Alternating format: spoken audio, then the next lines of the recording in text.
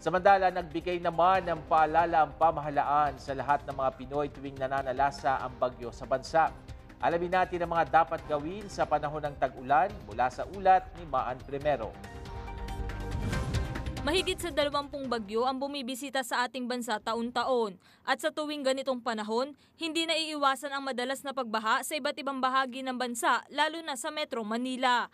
Kaya mahalagang malaman ng bawat Pilipino ang dapat gawin sa mga ganitong panahon. Narito ang ilang impormasyong maaaring tandaan tuwing may posibleng pagdating ng baha. Makinig sa kinauukulan, tumutok sa radyo, TV o internet para sa mga ulat panahon mula sa Pag-asa at iba pang ahensya na katuwang ng gobyerno. Maghanda sa posibleng paglikas sa mga matataas na lugar o evacuation center bago pa man magkaroon ng storm surge.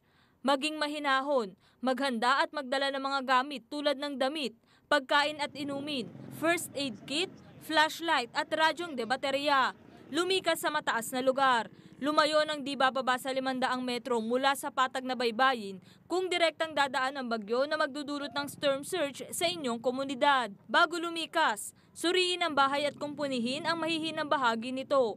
Isara ang mga bintana at ibaba ang main switch ng kuryente. Ilagay sa mataas na lugar ang mahahalagang kasangkapan. Kung may bahana, patuloy pa rin sa pakikinig ng balita para sa mga emergency instructions. Mag-imbak ng malinis na tubig na tiyak na magtatagal ng 3 araw sakaling mawalan ng water supply. Dalhin at isilong ang mga alagang hayop sa mga matataas na lupa.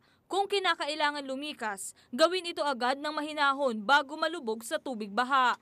Bago lumikas, ibaba ang main switch ng kuryente at isara ang buong kabahayan. At kung wala ng baha, mag-ingat sa pagpasok sa inyong mga bahay at gumamit ng flashlight. Tiyaking walang putol ng kawad ng kuryente sa loob at labas ng bahay upang maiwasan ang pagkakuryente o pagsimulan ng sunog. Ipagbigay alam sa mga kinaukulan ang mga putol na kawad ng kuryente at telepono. Huwag bubuksan ang main switch o gumamit ng kagamitang dekuryenteng napasok ng tubig baha hanggang hindi ito natitignan ng electrician. Huwag din kakainin ang mga natirang pagkain at inumin ang tubig, lalo na kung hindi siguradong inabot ito ng tubig baha.